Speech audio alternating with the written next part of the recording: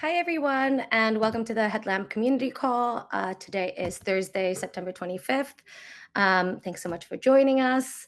I'm Lexi, and I'll be moderating the call. We have quite a big agenda to get through today. And since we do have quite a number of you here, maybe we won't do these in-depth introductions because they might take a little bit longer. And we do have, I guess, like a 10-minute demo. So just being mindful of the time. But yes, so we'll get into the demo from Ashu. It's on the MCP server integration. But in lieu of doing the intros, which we usually do, maybe just drop where you're joining us from in the chat and what your connection to Headlamp is so we could still connect a little bit there. And then after all that, we will just have an open floor discussion about the demo, some updates, including some details on our presence at KubeCon, which is coming up in November. So, and then after that, we'll just have a wrap up for the meeting and introduce the meeting for next week. Anyway, next month. Sorry. So let's actually just maybe jump into the demo. Joachim, do you want to present?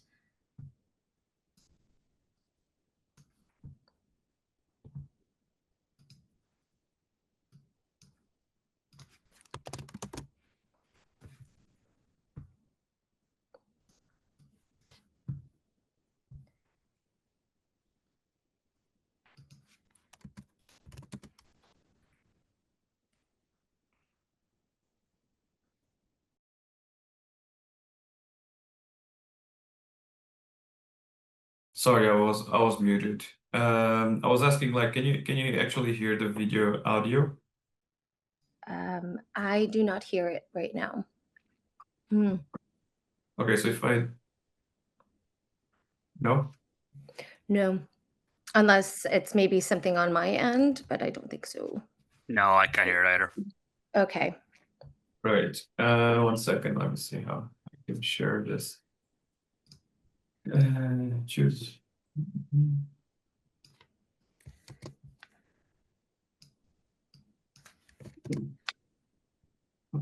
Oh, share sound. There you go. There you go. How about now? This is a demo for the integration. Yeah. Okay. Yes, all good. Okay. So let me full screen it and. Yeah, so just very quickly, it's a demo. Ashu's voice is going to be in it, much better than mine, and it's going to describe what we see. It's 8 minutes, so I don't know if I'm going to skip a little bit, but yeah, let's see how it goes. This is a demo for the integration of MCP servers into the AI Assistant plugin that we have. So if you go to the settings of the AI Assistant plugin, you would find here the MCP server section now, which allows you to add the MCP server of your choice through this configuration that we provide. It's a JSON configuration just like any other MCP server configuration. For example, in this case, I have 3 servers. One is the Grafana MCP, the second one is the Inspector Gadget MCP, and the third one is the Flux MCP server. So you can add in more number of MCP servers here as you want. And then we also have the schema documentation. So it's like a schema of what this configuration asks you for. So you can take a look here and then add values as you go. Now, once we have our MCP servers configured, we can go to the cluster and let's open up the AI Assistant window. You would see that now we have added one more icon here just beside the model selector. So this is the manage tools. When you click on it, you are presented with this dialog. So this is where you would manage all the tools that are coming from your MCP server and also tools that are locally developed inside Headlamp. So for example, in this case, we are interested in the MCP tools. So if you see, we have the Grafana MCP tool listed here. All the tools that are coming from the Grafana MCP server. If I scroll a bit down, I would start seeing the Inspector Gadget one. And then if I scroll a bit down as well, I would see the Flux MCP tools also. One more thing that we have added here is we can enable or disable a tool from this switch just beside that tool. So if you don't want, or if you just want to focus on a particular set of tools, you can just enable them and then disable the other ones. So once you have done with this setting, you can save these changes. Now that we have our tools configured, let's see inserted in interest what are the capabilities that this MCP server integration brings to our Headlamp UI through this AI assistant window that we have. So for this demo, I have created a Grafana installation on my cluster, and on this Grafana instance, I have created like these two alert rules. For example, one is the order submit failure and the other one is the app errors. So let's see if our AI assistant will be able to fetch things from the Grafana MCP or Grafana instance. So for example, if I would say, hey, can you get me the alert rule? So in this case, I'm asking it to list all the alert rules that are on my Grafana instance. So let's see if it's capable to do that. So it asks us, okay, before it makes that tool call, it kind of, you see, this is where the intelligence from the AI comes in. It understands that, okay, Grafana MCP server exposed this list alert rules tool to us. So it is smart enough to present this tool to us. And then before making that tool call, it is asking us to review uh, these parameters that it is going to call this tool with. So for example, label selector, the limit and page. In this case, all of this is optional, but if it's a required field, the AI is smart enough to understand and fill those fields as well. Also, with these arguments that are going in with this tool call, we also see an info icon here which explains what this parameter means. So also you can edit stuff here, so you can add in more values before making this tool call or edit whatever the AI suggested and all those stuff.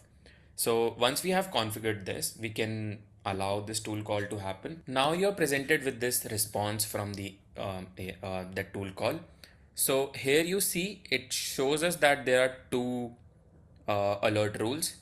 This is clearly what we saw in the Grafana instance also. So we have order service failure alert. This is the name of the alert rule. And then we have the critical errors from logs. So it shows us both the alert rules here also. So it was successfully able to talk to the Grafana MCP server, which then talks to our Grafana instance and then fetch the alert rules from it. So then the people in the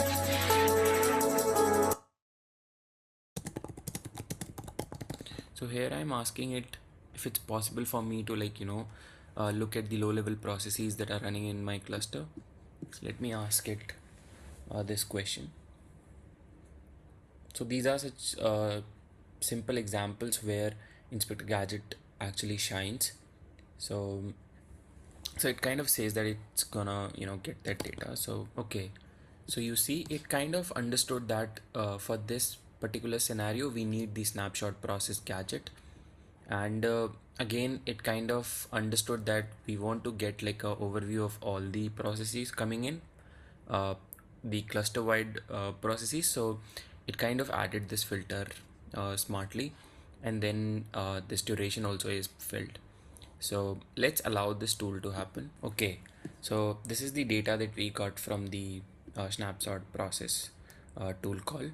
So if you see, it kind of gives us the processes that are running and the PIDs for them, the user, the host network, and for example the Kubernetes enrichment as well. For example, what process, what pod actually is what this process is coming from, which pod, and all those information also here.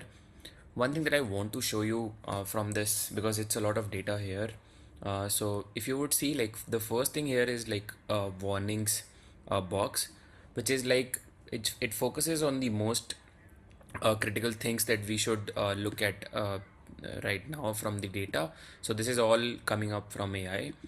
and below is the key insights section. This is about what insights I am able to get from the data that I have, and then also I have the recommended actions coming in from this data. So this is pretty cool. Now let me also demo you the Flux MCP server and see if it can call a tool from the Flux MCP. So for example, if I say, hey, can I see if Flux is installed in my cluster, and if yes, can I get its instance? So it says that it's gonna check for that Flux instance. Let's wait for a second. You see, it kind of detects that, okay, the Flux MCP server exposes this tool called get Flux instance, which we can run. So in this case, there are no arguments for this particular tool call. So I can allow this. Okay, so now we have the information coming in from the Flux instance. It gives you an overview about that. It says that, okay, there are 3 nodes running on my cluster, and that the Flux instance was created around this date, and it's in the Flux system namespace. So all things around the Flux instance that we have installed in my cluster. Again, we have the key insight section here for coming in from this tool call, and then the recommended actions. Thank you.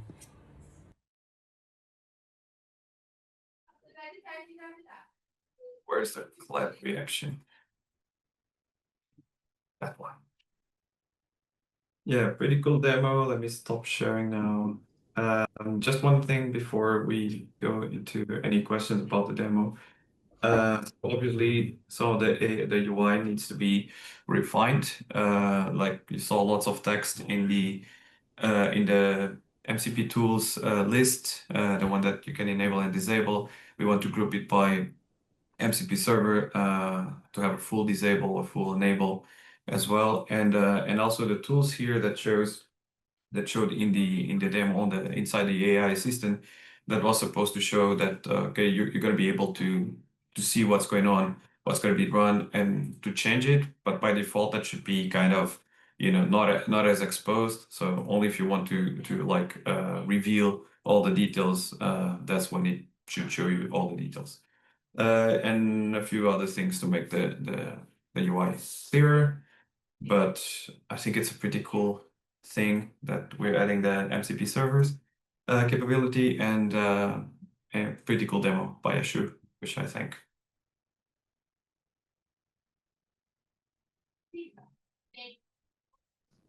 Does anybody have any questions for Joaquin or Ashu at this point?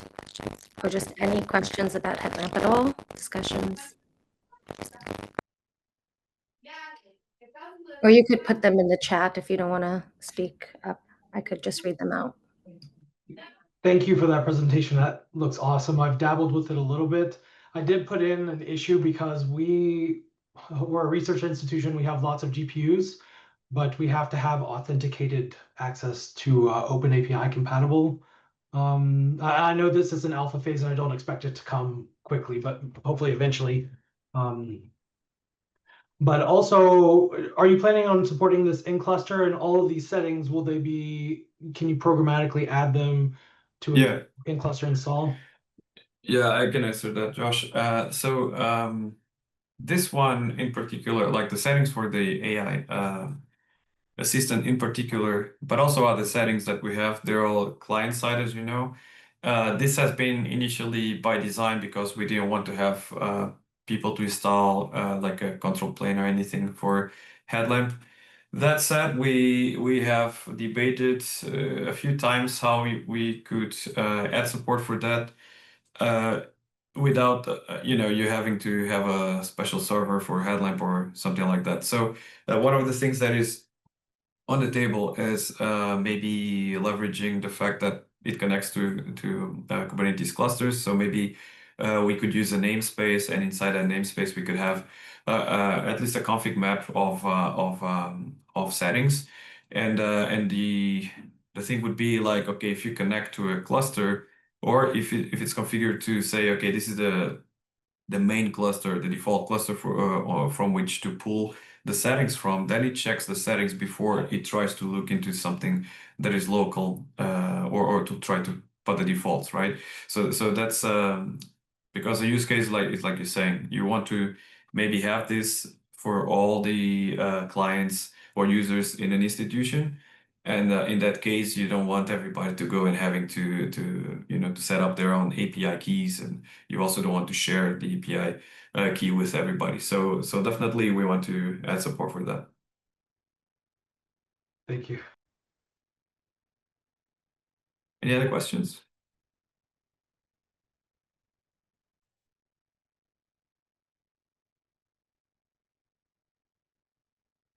Cool. So yeah, so just a bit on the plans for the AI assistant before I pass it over to Lexi for the next bits.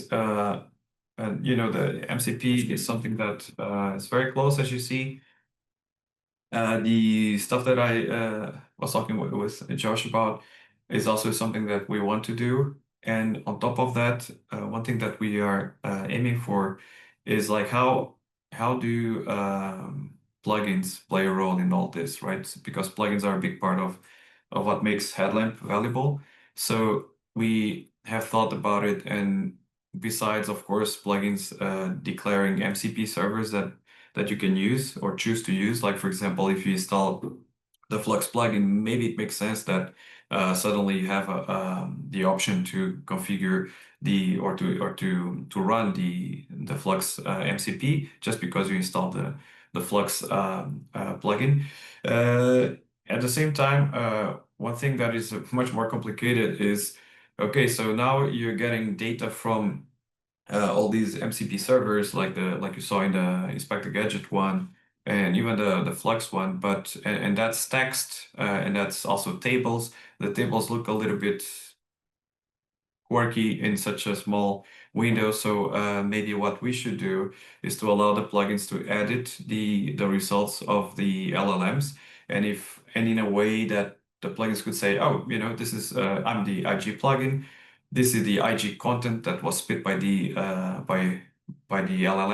So let me see what I can do. And what I can do, maybe rendering the tables in a different way or interpreting the code in a different way. So it would be like the LLM working in conjunction with the plugin and how the plugin can render stuff.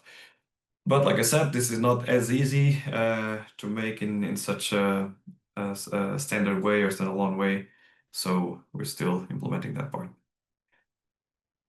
If you have, of course, features, feature requests or ideas for how to make this even more powerful, and like the one that Josh had, then we're welcoming that.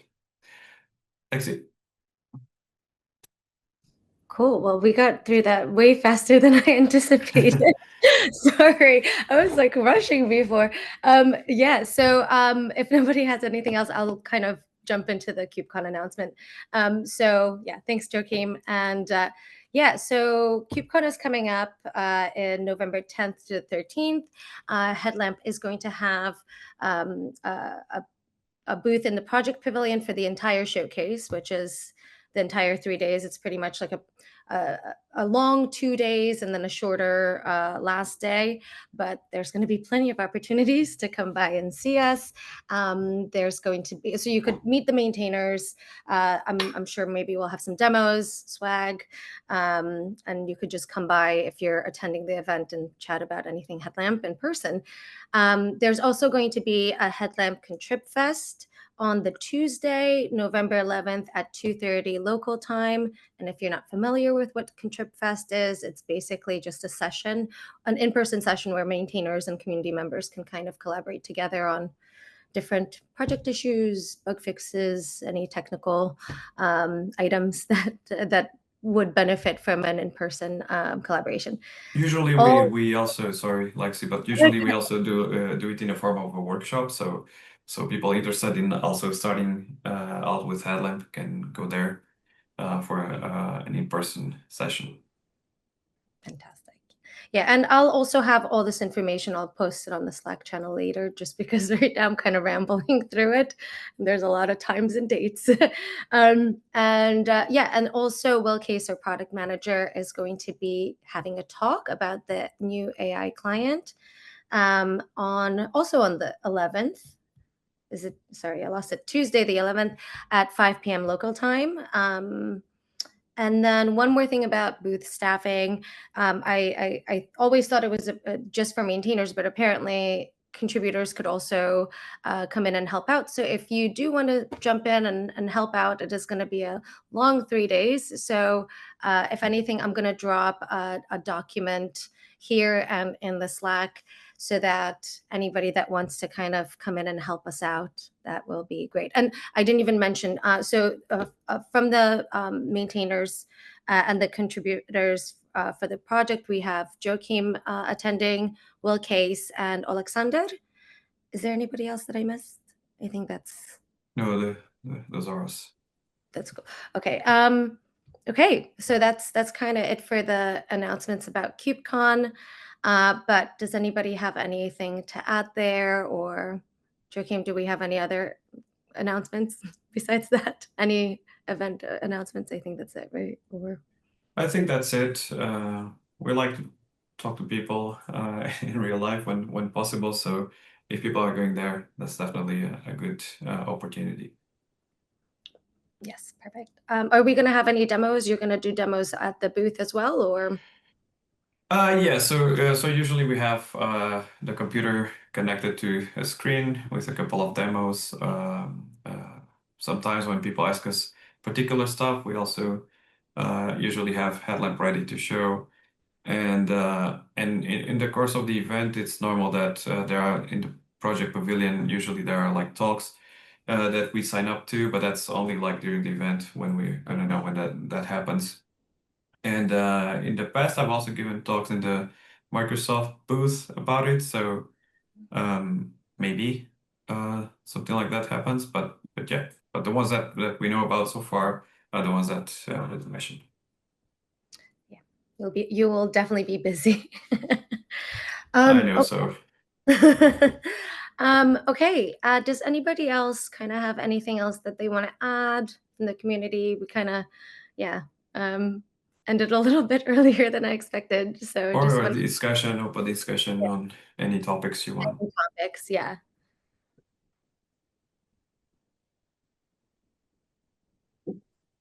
By the way, the release should happen next week.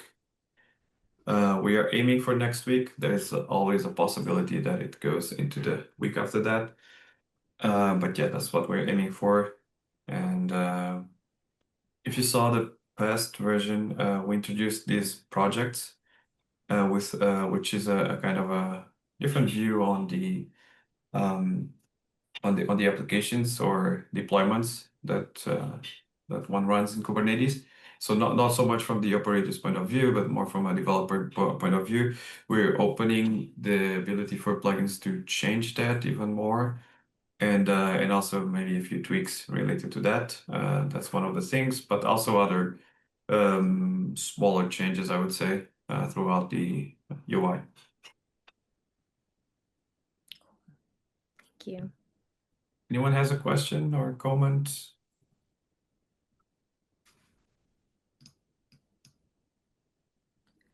Okay. Okay, that was quick. That was quick. I saw the demo. It was 8 minutes. I'm like, I gotta really make haste. Yeah. So sorry. I can also just say, since we have a bit of time, that I think we're getting all the PR numbers under control finally.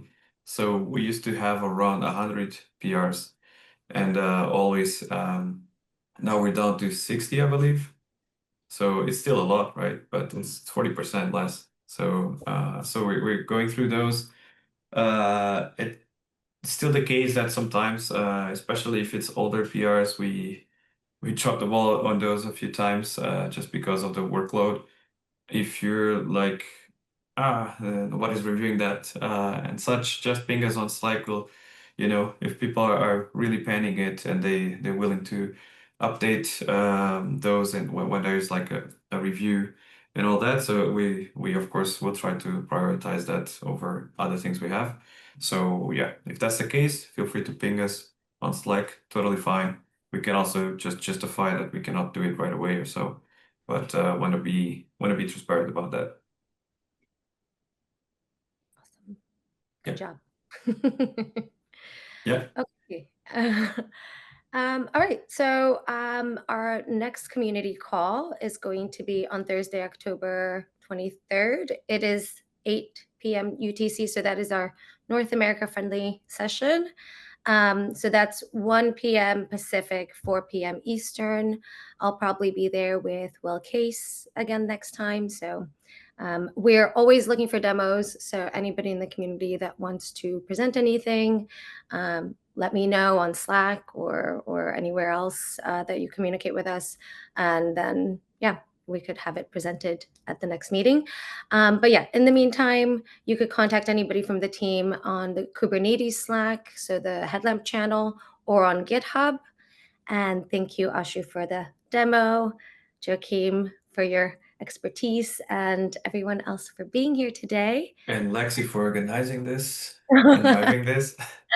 I really do enjoy this. It's Cool. not, doesn't feel like work, you know? Yeah, so yeah, just happy to be here. And yeah, we'll see you all next time. Thank you, everybody. Bye. Thank you. See you, folks. Thank you.